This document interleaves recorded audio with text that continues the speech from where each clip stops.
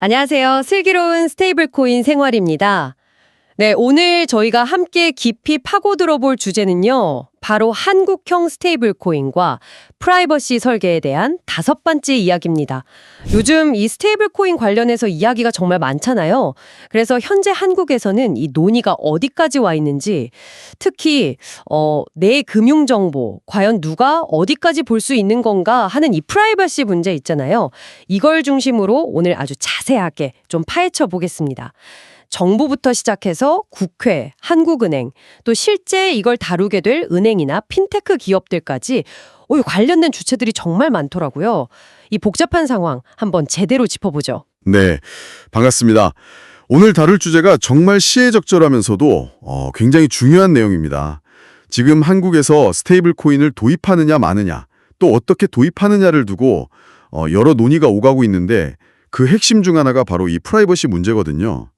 규제를 만들려는 쪽 입장도 있고 또 중앙은행 입장도 다르고 실제 이걸 서비스해야 할 기업들 입장도 다 제각각이란 말이죠. 이게 마치 여러 변수가 얽힌 고차 방정식 같은 느낌인데요. 그중에서도 프라이버시라는 변수가 가장 민감하고 또 중요한 부분이라고 할 수 있습니다. 앞으로 어떤 식으로 설계되느냐에 따라서 여러분의 금융생활 프라이버시 수준이 크게 달라질 수 있거든요.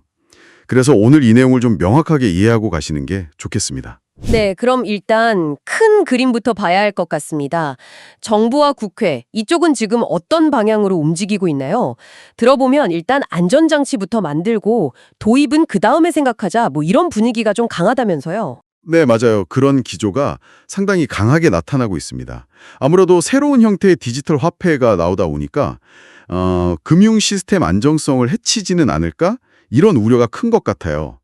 그래서 최근 국회 청문회 같은 데서는 좀 극단적인 상황이 오면 금융당국이 특정 스테이블 코인 발행을 아예 중단시키거나 아니면 강제로 사용자들에게 돈을 돌려주도록 명령하는, 그러니까 상당히 강력한 통제 권한을 갖는 방안까지도 검토하고 있다는 답변이 나왔다고 하더라고요. 와, 발행 중단이나 강제 상환이요? 그건 정말 강력한 조치인데요. 그렇죠. 그만큼 금융 시스템 안정을 최우선으로 보겠다는 의지의 표현이라고 할 수 있겠습니다. 그리고 올가을 정기국회에서는 이런 내용들을 담은 원화 스테이블 코인 관련 법안이 나올 가능성도 계속 언급되고 있습니다. 법안이요? 그럼 그 법안에는 구체적으로 어떤 내용들이 좀 담길 걸로 예상해 볼 수 있을까요? 아마도 스테이블 코인의 가치를 뒷받침할 담보자산을 어떻게 구성하고 또 안전하게 관리할 건지, 그리고 갑자기 많은 사람들이 환매를 요구할 때를 대비해서 유동성은 어떻게 확보할 건지, 또 내부적으로는 어떤 통제 시스템을 갖춰야 하는지 이런 아주 구체적인 요건들이 담길 가능성이 높습니다. 그렇군요. 네, 아까 말씀하신 그 강력한 통제 권한이요. 이게 우리 프라이버시 문제랑은 어떻게 연결되는 건가요? 그게 아주 중요한 포인트입니다. 자, 생각해 보세요. 발행을 중단시키거나 강제로 돈을 돌려주려면 결국 그 스테이블 코인이 어떻게 거래되고 있는지 그 흐름을 파악할 수 있어야 하잖아요. 그리고 뭔가 문제가 생겼을 때는 특정 거래를 딱 동결시키거나 심지어는 거래를 되돌리는 그런 조치도 할 수 있어야 하고요. 이걸 기술적으로는 가역성이라고 부르기도 하는데 이런 게 가능하려면 필연적으로 어느 정도 수준의 거래 추적이나 또 필요시 개입할 수 있는 가능성이 시스템에 내재될 수밖에 없다는 거죠. 듣고 보니 그렇네요. 물론 시스템 안정을 위해서 필요할 수는 있겠지만 이게 잘못하면 내 거래 내역이 너무 쉽게 들여다 보이거나 통제당할 수 있다는 걱정이 들 수도 있겠는데요. 바로 그 지점입니다. 그래서 균형이 정말 중요한 거예요. 이런 강력한 권한이 남용되지 않도록 아주 명확한 법적, 제도적 안전장치가 반드시 함께 마련되어야 합니다. 예를 들면 그냥 필요하면 들여다볼 수 있다, 이게 아니고요. 누가 정확히 어떤 법적 근거로 그리고 어디까지 데이터를 열람할 수 있는지를 법으로 아주 명확하게 규정해야 하는 거죠. 네네, 그 범위와 절차가 명확해야겠군요. 그럼요. 그리고 누군가 데이터를 열람했다면 그 모든 접근 기록이 자동으로 남아서 나중에 혹시 문제가 생겼을 때 투명하게 검증할 수 있어야 하고요. 또 관련 통계 같은 거는 정기적으로 공개해서 사회 전체가 감시할 수 있는 그런 구조도 필요합니다. 이런 안전장치가 제대로 설계되지 않으면 스테이블 코인이 편리함 대신에 오히려 불안감만 키우는 존재가 될 수도 있겠죠. 아, 이게 정말 어려운 과제네요. 앞으로 나올 법안에서 이 부분을 얼마나 세심하게 다루게 될지 정말 지켜봐야겠습니다. 자, 다음은 한국은행입니다. 중앙은행은 좀 다른 생각을 하고 있을 것 같은데요. 어떤 입장인가요? 자료를 보면 한은은 좀 신중한 것 같아요. 은행 중심으로 점진적으로 가자는 쪽이라면서요. 네, 현재까지 파악된 바로는 그런 기류가 좀 강한 편입니다. 아무래도 중앙은행 입장에서는 기존 금융 시스템과의 안정적인 연계를 최우선으로 생각할 수밖에 없거든요. 그래서 일단은 상업은행들을 통해서 좀 제한적인 범위에서 먼저 시작해보는 게 어떻겠냐, 이런 의견이 좀 우세한 것으로 보입니다. 한편 한은이 자체적으로 개발하고 있는 CBDC, 즉 중앙은행 디지털 화폐 있잖아요. 이건 내년 상반기쯤에 실제 사용자와 유사한 환경에서 토큰화된 예금 형태로 한번 실험을 해볼 계획이라고 해요. 그 실험 결과를 보고 나서 방향을 좀 더 구체화하겠죠. 아, CBDC 실험, 그것도 정말 흥미롭네요. 그런데 여기서 또 재밌는 지점이 있는 것 같아요. 그 은행 말고 카카오페이나 네이버페이 같은 핀테크 기업들도 스테이블 코인을 발행하게 할 거냐, 이걸 두고 정치권하고 하는 사이에 약간 좀 이견, 긴장감, 뭐 이런 게 있다는 뉘앙스던데요. 네, 맞습니다. 그게 또 하나의 중요한 관전 포인트입니다. 정치권 일부에서는 아무래도 금융 혁신이나 시장 경쟁 촉진 같은 측면에서 핀테크 기업들에게도 좀 문을 열어줘야 하는 거 아니냐, 이런 주장이 나오고 있거든요. 하지만 한국은행은 금융 안정성이라는 측면에서 좀 더 신중한 입장을 보이고 있는 것 같고요. 바로 이 지점에서 나중에 나올 CBDC와 민간 스테이블 코인의 프라이버시 설계 방식이 달라질 수 있는 가능성이 엿보이는 겁니다. 어떻게 달라질 수 있다는 거죠? 프라이버시 설계 방식이요? 네, 그러니까 CBDC는 아무래도 국가가 발행하고 관리하는 거잖아요. 그래서 프라이버시 수준은 법이나 정부 정책으로 결정될 가능성이 큽니다. 예를 들면 하루에 5만 원 이하 소액 거래는 익명으로 처리해주겠다, 뭐 이런 식으로 정책적으로 딱 정하는 거죠. 일종의 위에서 아래로 내려오는 탑다운 방식이라고 할 수 있어요. 반면에 은행이나 핀테크 같은 민간 기업이 발행하는 스테이블 코인은 기본적인 규제는 당연히 지켜야겠지만 그 위에 추가적으로 프라이버시를 강화하는 기술을 도입할 여지가 좀 더 많을 수 있다는 거죠. 아, 추가적인 기술 도입이요? 예를 들면 어떤 걸까요? 네, 아까 잠깐 언급했던 영지식 증명 같은 기술이 대표적입니다. 이 기술을 쓰면 내가 거래할 돈이 충분하다는 사실은 증명하면서도 정작 내 계좌에 돈이 얼마 있는지나 거래 상대방이 누군지 같은 민감한 정보는 숨길 수 있거든요. 이런 건 기술과 제도 그리고 서비스를 제공하는 기업의 선택이 결합된 좀 더 하이브리드 방식에 가깝다고 볼 수 있겠죠. 아하, 그렇군요. 그러니까 CBDC는 정부가 정해준 프라이버시 수준을 따라야 하는 거고, 민간 스테이블 코인은 기술을 통해서 좀 더 유연하게, 어쩌면 더 높은 수준의 프라이버시로 구현할 수도 있다는 거군요. 네, 그런 가능성이 있습니다. 그렇게 되면 나중에는 여러분이 필요에 따라서 프라이버시 수준이 다른 두 종류의 디지털 화폐를 골라서 사용하는 상황이 올 수도 있겠죠. 예를 들어 공과금 납부처럼 좀 투명성이 요구되는 거래는 CBDC를 쓰고 개인 간의 소액 거래는 프라이버시가 강화된 민간 스테이블 코인을 쓰는 식으로요. 물론 이건 아직 가능성 단계의 이야기고 실제로 어떻게 구현될지는 좀 더 지켜봐야 합니다. 네, 사용자가 선택할 수 있는 옵션이 달라질 수 있다. 이 점도 흥미롭네요. 자, 그럼 이제 실제 돈을 다루는 현장으로 가보겠습니다. 은행이나 핀테크 기업들은 지금 뭘 하고 있나요? 벌써 꽤 움직이고 있는 것 같던데요? 네, 맞아요. 특히 은행들은 이미 발빠르게 움직이고 있습니다. 예를 들어 신한은행 같은 경우는 헤데라라는 블록체인 네트워크를 이용해서 해외에 있는 은행과 스테이블 코인으로 돈을 주고받는 실험, 이걸 POC라고 하죠. 개념 증명 실험을 여러 차례 진행했다고 해요.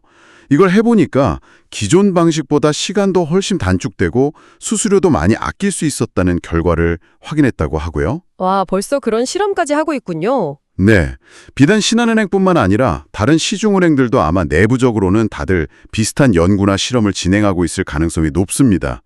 특히 국경 간 송금처럼 기존 시스템에서 비효율이 컸던 분야에서 스테이블 코인의 가능성을 먼저 타진하고 있는 거죠.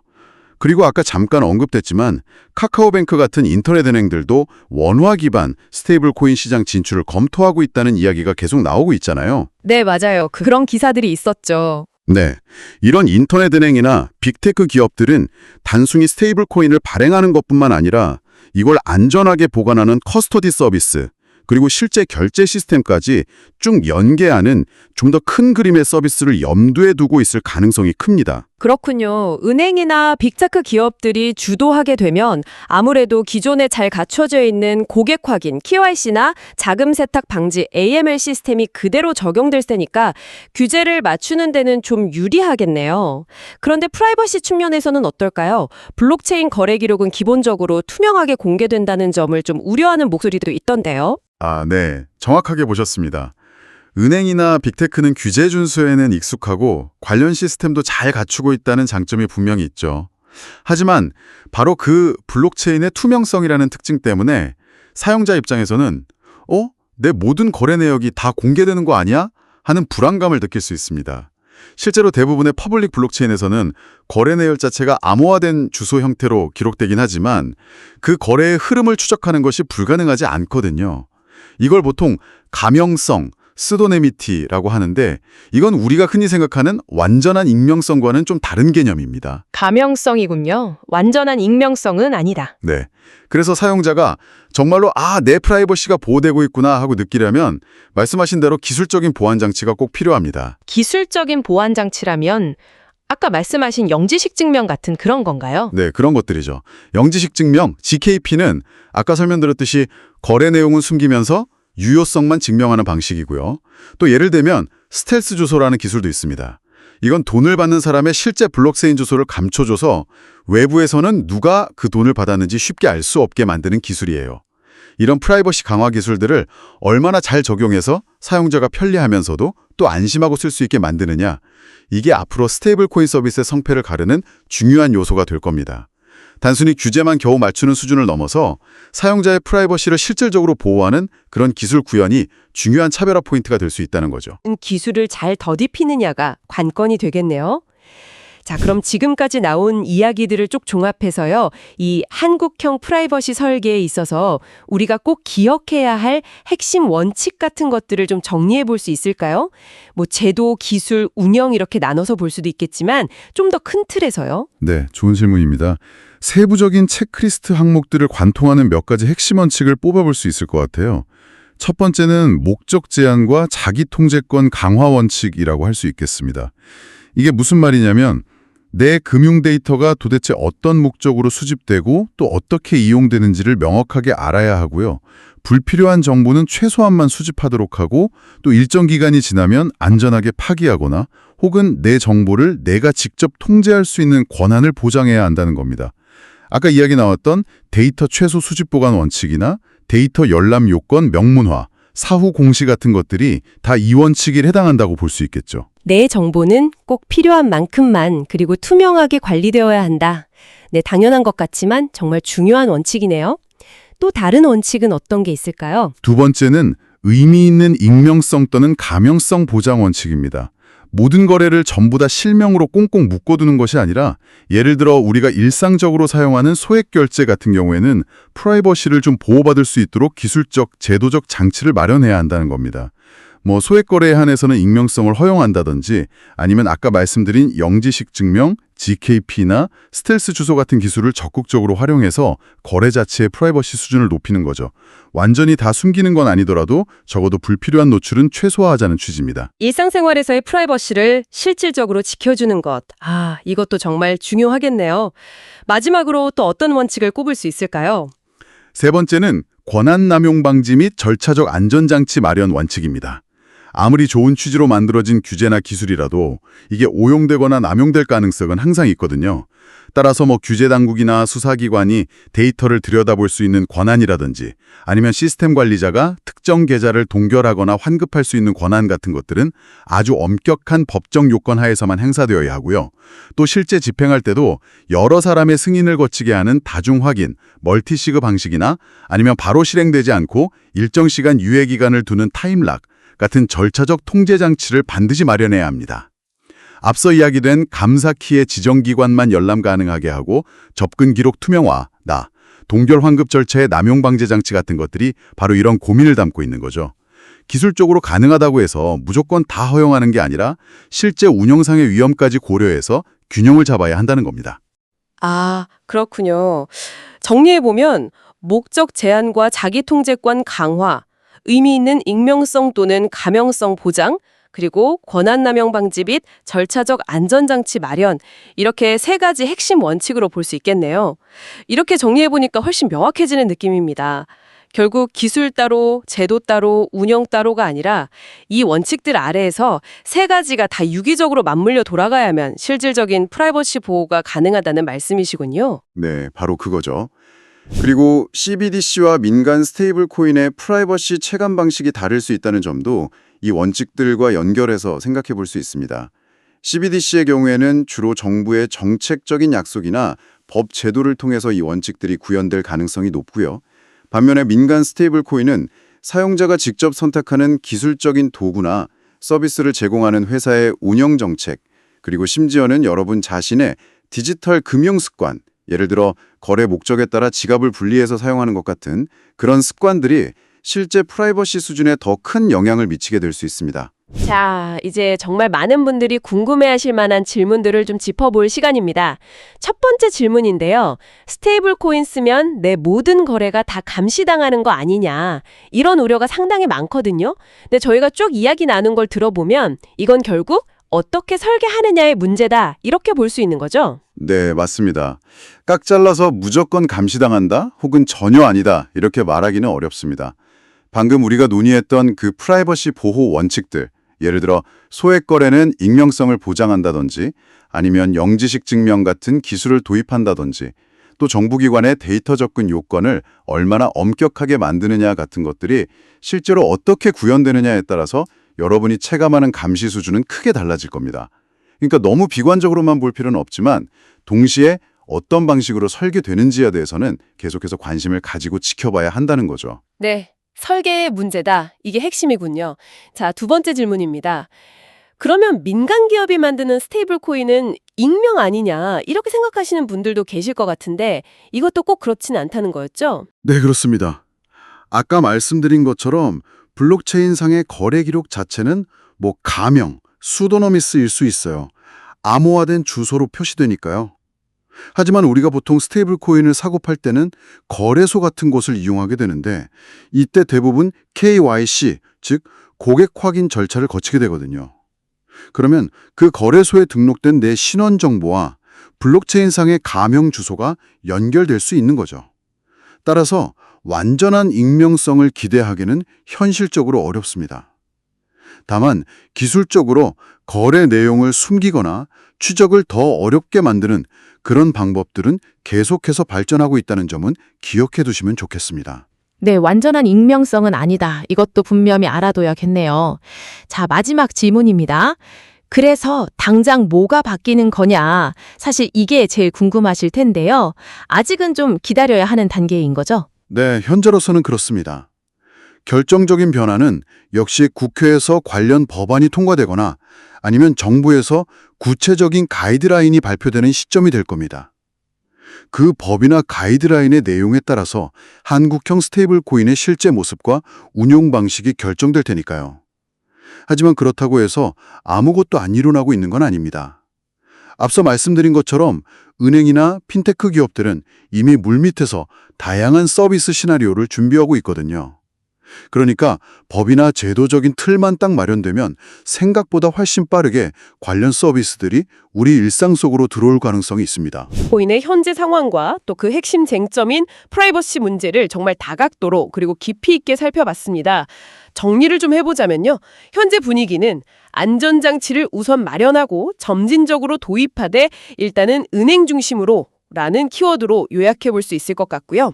그리고 이 프라이버시라는 문제는 단순히 있다 없다의 흑백 논리가 아니라 과연 누가, 무엇을, 언제, 그리고 어떤 조건 하에서 볼 수 있게 할 것인가 라는 아주 구체적이고 세밀한 설계의 문제라는 점을 다시 한번 명확히 한 것 같습니다. 네, 맞습니다. 결국은 모든 기술과 제도가 그렇듯이 균형의 문제입니다. 금융혁신이 주는 편리함과 효율성, 그리고 금융 시스템의 안정성, 또 개인의 프라이버시 보호, 이 사이에서 최적의 지점을 찾아가는 과정인 거죠. 그리고 이 변화의 과정 속에서 우리가 계속해서 던져봐야 할 중요한 질문은 아마 이것일 겁니다. 과연 규제 당국의 감독 필요성과 우리 개인의 금융 프라이버시 사이에 진짜 균형점은 어디쯤에서 어떻게 형성될 것이며 또 그 균형점을 찾아가는 과정에서 기술은 단순히 규제를 따르는 수동적인 도구를 넘어서 여러분의 권리와 이익을 실질적으로 보호하고 더 나아가 증진시키는데 어떤 창의적인 역할을 해낼 수 있을까요? 이 질문에 대한 정답은 아직 정해져 있지 않습니다. 앞으로 우리 사회가 함께 고민하고 답을 찾아가야 할 중요한 과제라고 생각합니다. 네, 정말 깊이 생각해 볼 만한 질문을 마지막으로 던져주셨네요. 오늘 심층 분석은 여기까지입니다. 앞으로 이 스테이블 코인과 프라이버시 논의가 어떻게 전개될지 저희도 계속 주목하면서 다음 시간에 또 유익한 정보로 여러분을 찾아뵙겠습니다. 오늘 함께 해주셔서 감사합니다.